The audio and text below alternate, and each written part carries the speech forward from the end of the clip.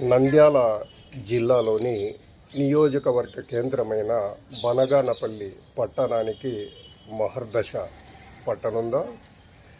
మనం ఒక వ్యక్తికైనా లేదు ఒక గ్రామానికైనా మనం ఈ మహర్దశ అన్నది సమీపించినప్పుడు ఆ పరిస్థితులు కూడా పూర్తిగా అనుకూలిస్తాయి అన్న కోణములోనే ప్రస్తుతం మనం బనగానపల్లిని చూడవచ్చు.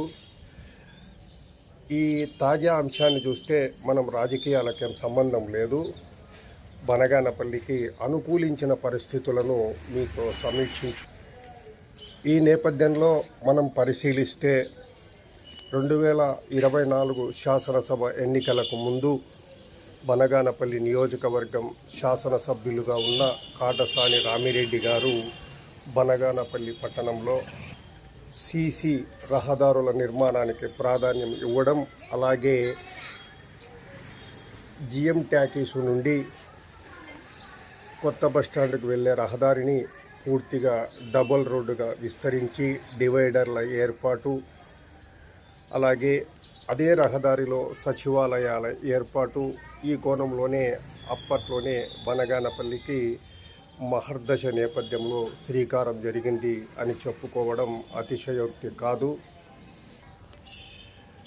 డబుల్ రోడ్డు డివైడర్ల ఏర్పాటుతో ఆ రహదారి పట్టణాన్ని తలపించింది. ఇక ఆ తర్వాత మనం ఇటీవలి శాసనసభ ఎన్నికల్లో మనం పరిశీలిస్తే బనగానపల్లి నియోజకవర్గం శాసనసభ్యుడిగా గెలుపొందిన బీసీ జనార్దన రెడ్డి గారు రాష్ట్ర మంత్రివర్గంలో కీలక R&B శాఖ మంత్రిగా కూడా అవకాశం లభించడంతో ఇక బనగానపల్లి మహర్దశ అనేది రెట్టింపైందని కూడా చెప్పుకోవచ్చు.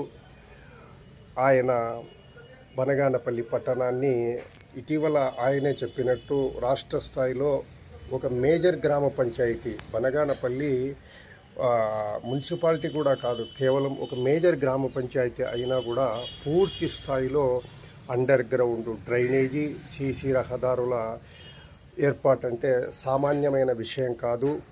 అయినా కూడా బీసీ జనార్దన రెడ్డి గారు పూర్తి పట్టుదలతో ఈ కార్యక్రమాన్ని నిర్మాణాత్మకంగా యుద్ధ ప్రాతిపదికన కొనసాగిస్తున్నారు. ఏదో ఒక వీధిలో సీసీ రహదారి, అండర్ గ్రౌండ్ డ్రైనేజీ పనులు మనకు కనిపిస్తున్నాయి.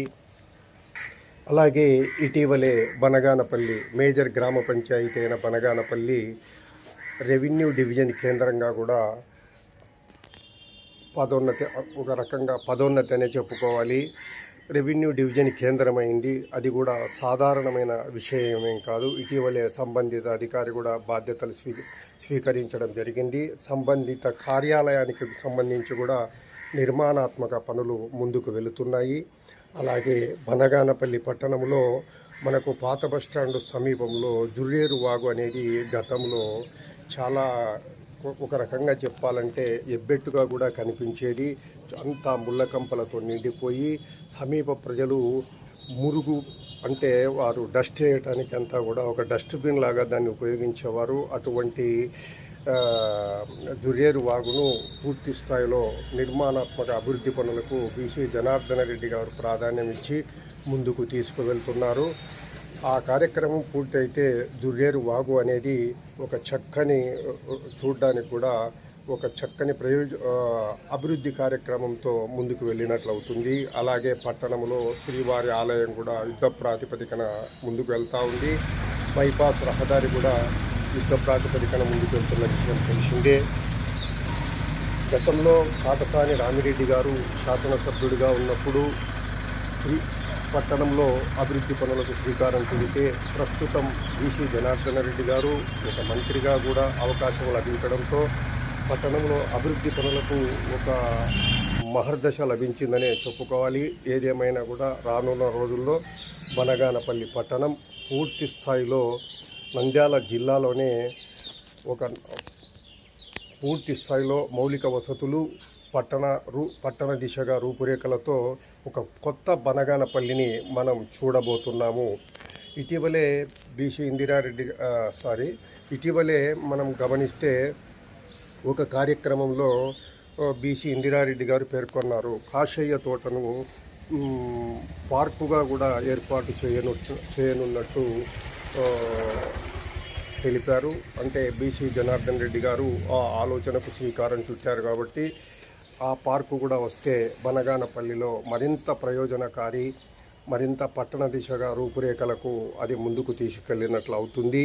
అలాగే ఇటీవలే బస్టాండ్కి వెళ్ళే రహదారిలో గ్రౌండు, ప్రభుత్వ హై స్కూల్ గ్రౌండ్ కూడా అది ఉదయం కానీ ఈవినింగ్ కానీ ప్రజలు ఆ, వాకింగ్కి ఉపయోగించుకుంటుంటారు పెద్ద సంఖ్యలో. దాన్ని ఇటీవలే ఆ కార్యక్రమాన్ని ఉపయోగించుకునేవారు బీసీ ఇందిరారెడ్డి గారి దృష్టికి తీసుకుపోవడంతో ఆ గ్రౌండ్ను కూడా వర్షాకాలంలో ఎటువంటి ఇబ్బందులు లేకుండా దానికి నిర్మాణాత్మకంగా ప్రయోజన కార్యక్రమాలను చేపట్టారు. అలాగే గ్రౌండ్లో లైట్లు కూడా ఏర్పాటు చేయడంతో రాత్రి కూడా అక్కడ చూస్తే మనం ఒక పట్టణంలో ఉన్నట్టుగా మనకు కనిపిస్తుంది.